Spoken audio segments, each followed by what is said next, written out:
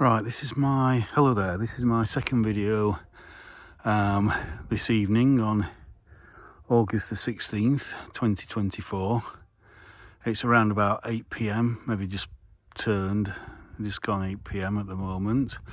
And I've just walked, I'm still on the same path that I recorded the first video from, but I've just walked back to this point because whereas before I took that path, I'm now going to take this path, because this path leads you along the top of those rocks that I filmed in the last video. So please go and watch that video first to get the context. Now, I may or may not post this video because the path along here is very scary for somebody like me who doesn't like heights. It's very close to the edge and I may just give up halfway through. In fact, probably sooner than halfway through.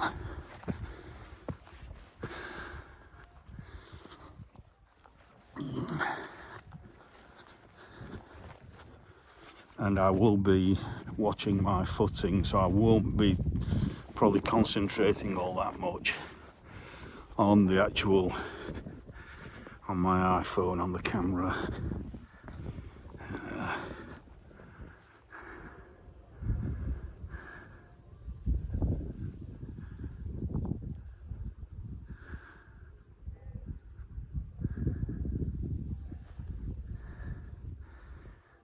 So you can see the path here, it kind of splits into two and then joins into one. So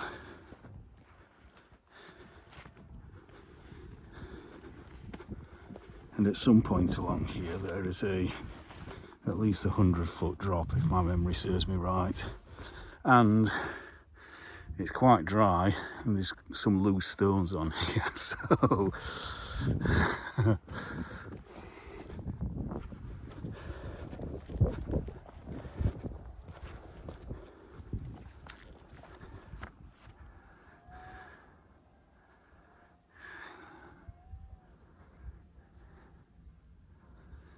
but these are some of the views that you get from up here.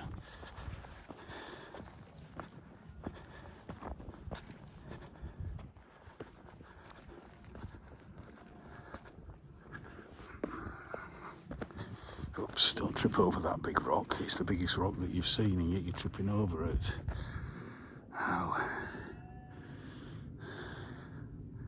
So you can see I've already got a steep drop of about 70 to 80 feet there. So let's just concentrate. If I just point the camera that way and I just concentrate on watching where I am walking.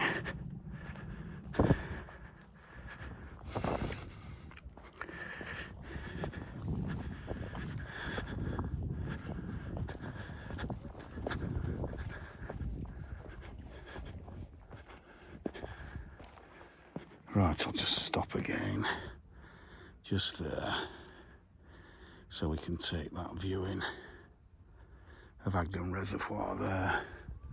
Absolutely outstanding. Oh, it's an owl. I think it's a barn owl, but I'm not sure.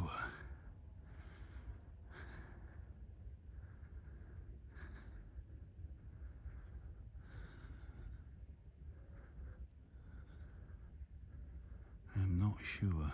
Might, if I try and get a bit closer, might fly. There we go. What a fantastic sight that is. Looks like a barn owl from this distance. And this is the perfect time for barn owls to be out hunting.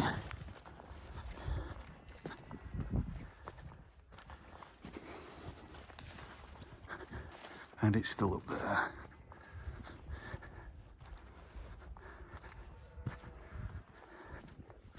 Well, that was shows you what you can see if you come out at this time of day. And in the distance we have Dale Dyke Reservoir and Strines Reservoir there, just climbing up Bradfield Dale there.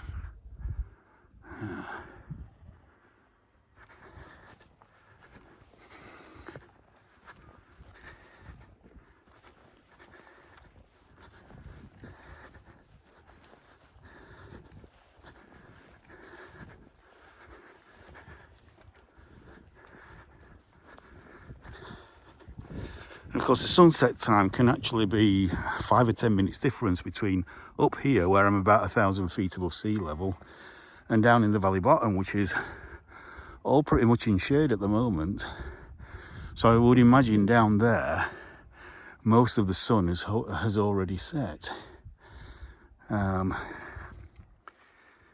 up here it's still just peaking above the horizon. And let's just see if we can zoom in there and just get that beautiful colour. There's some flare there on the lens, but again, when you're pointing directly into the sun, you kind of expect that. And flare is just reflection off the glass inside the lens. It's not anything spooky or unreal, it's just refraction. Go back to GCSE physics. Inside the lens.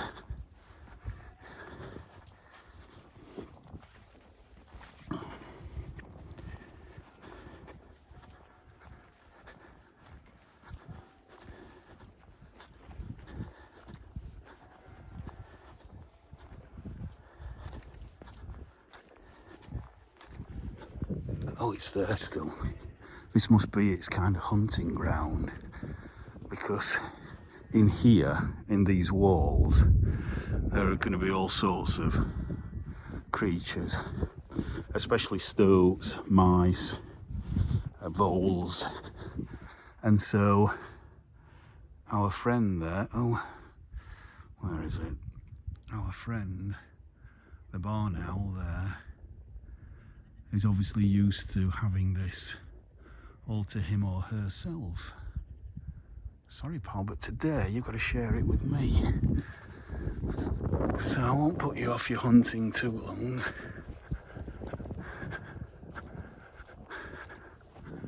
I've got another photographer out in the field there. Yeah, just taking that view again.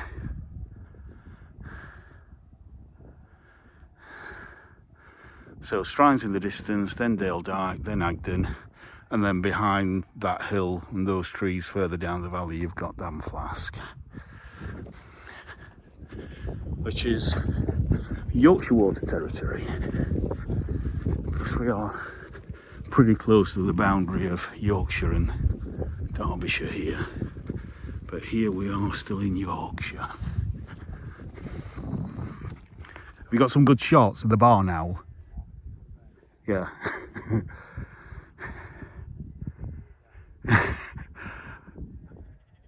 I need to walk on. You're, yeah, cheers. I'm hoping he's got some shots of the barn owl already. Let me just see if I can.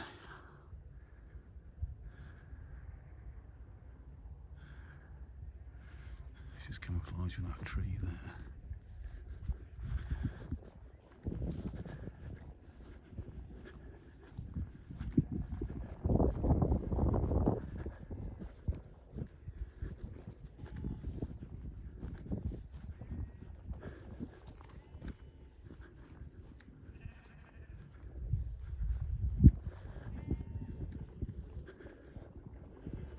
Beautiful sign.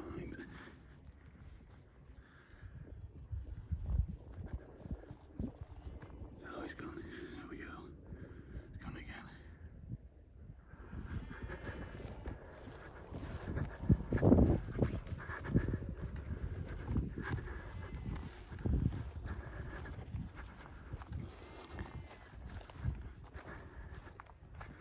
You need to come back this way.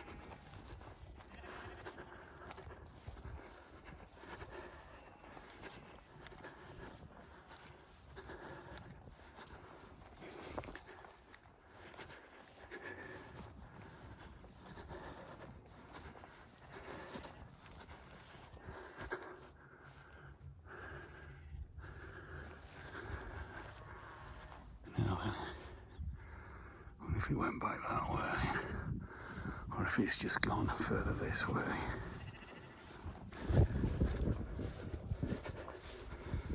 But yeah, kind of there's the 100-foot plus drop.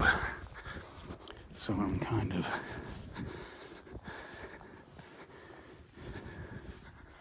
keeping up here.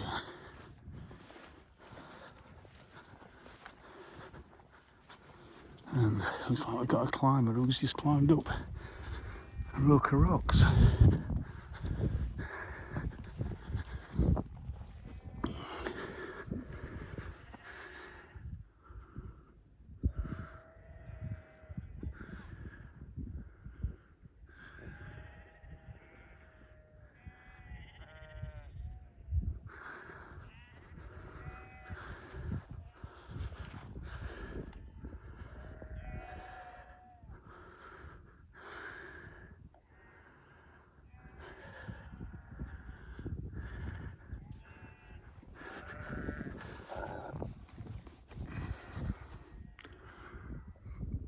Now something just flew past me. It might have been a bat.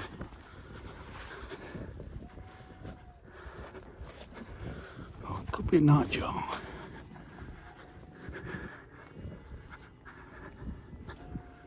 It was quite small, whatever it was.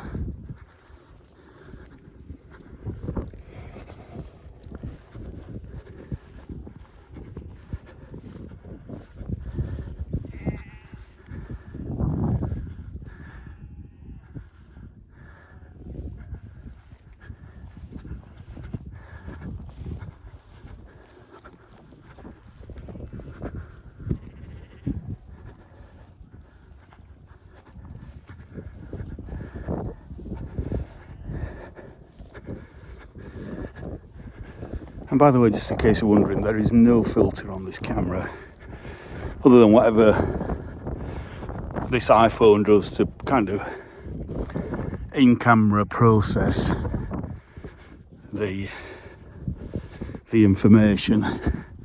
And from what I understand, it processes it to make the imagery as accurate as possible, or as accurate as it looks to the human eye.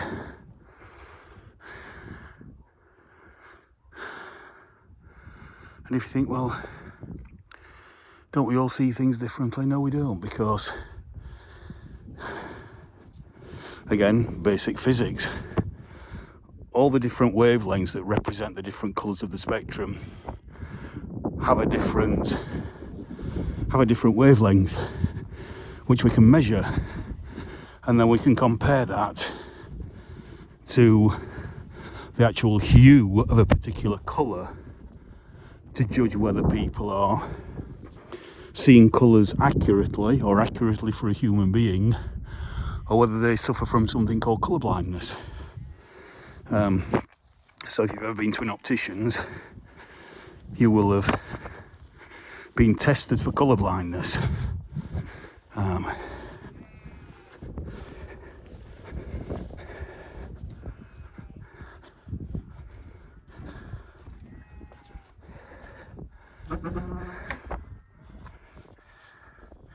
Now, that doesn't mean that everybody's vision, colour vision, is exactly the same to absolutely 100%, but it's something like 99 point whatever percent that we see colours, all humans see colours in the same spectrum, in the same range of the electromagnetic spectrum.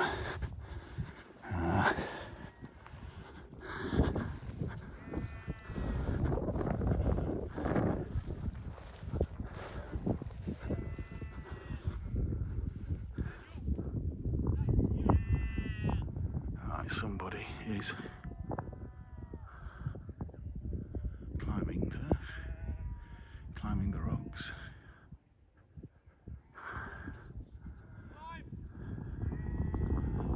And no, I'm not Daniel.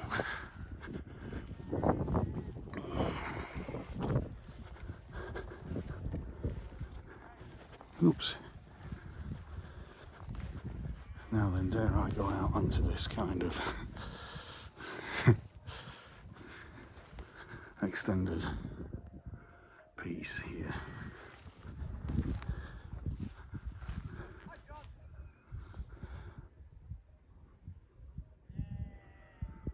As you can see, a little bit of heather there.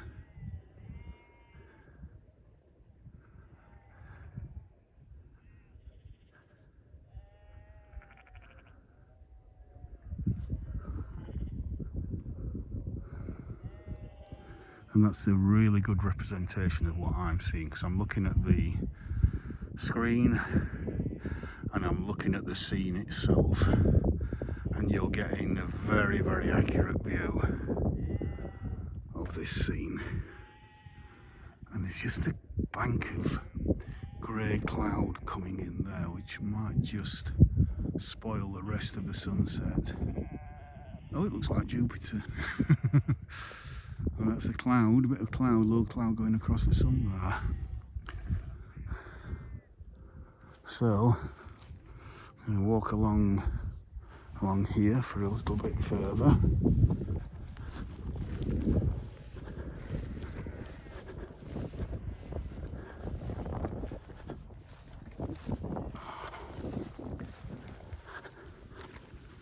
This is not quite scary because it's not a sheer drop. You've got a rock there as well.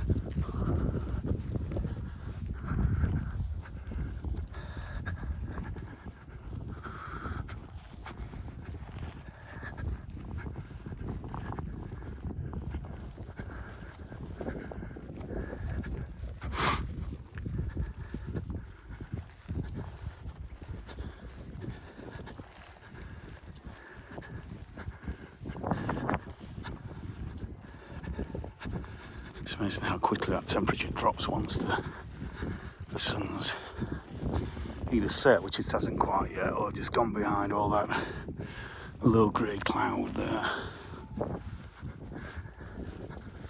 Oh, and that's a 200 or 300 foot drop there. Vertigo might be kicking in a bit, but I do know, because I've done this before, and once we get to the end of this wire fencing, we can turn right. That takes us away from the edge a little bit. See if my memory serves me right.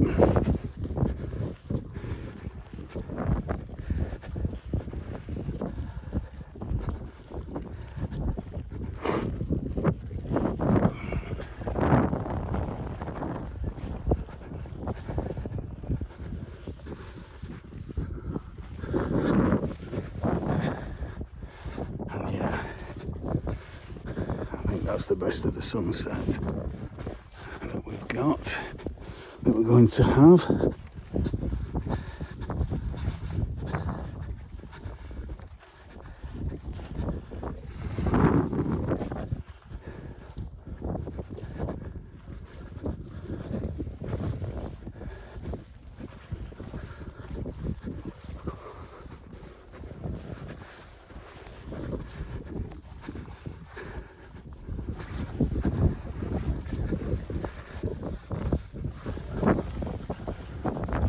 Be able to hear that the breeze has got up a little bit, a little bit of a stiff breeze now.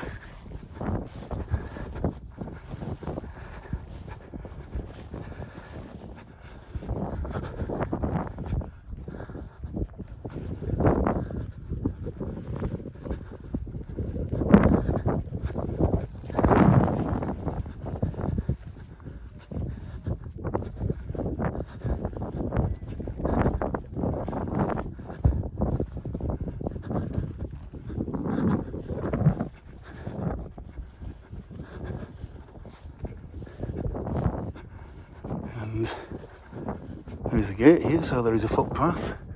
Even though the sign might have gone, the fact that there is a gate here, oops, shows you that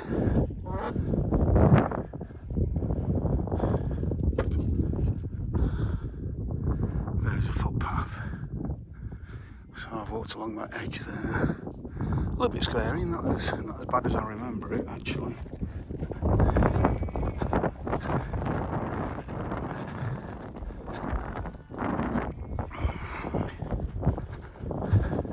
So yeah, so you've got a marker here telling you you've got a couple of routes to go. You can either go down the hill or you can go straight on here. So yeah, here's a seat with a view. Memorial seat.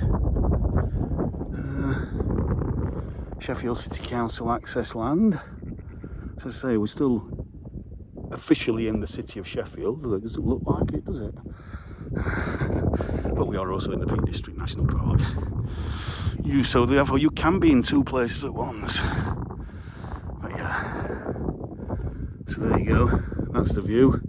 Unfortunately, not the spectacular sunset I was wanting because we haven't got the high clouds here, and then we've got a bit of grey cloud that's just dampened the sun itself down there. But as I'm sure you'll agree, that's not a bad view. And I think over there we've probably got that barn owl. Don't know if you can see it.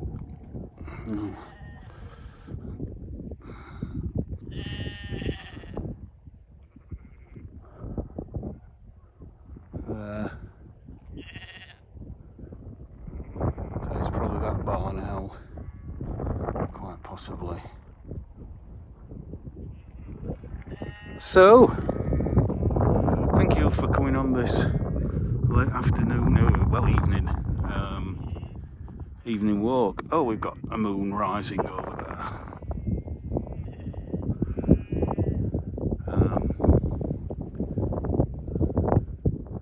So yeah, thank you for coming along on this walk with me this evening. And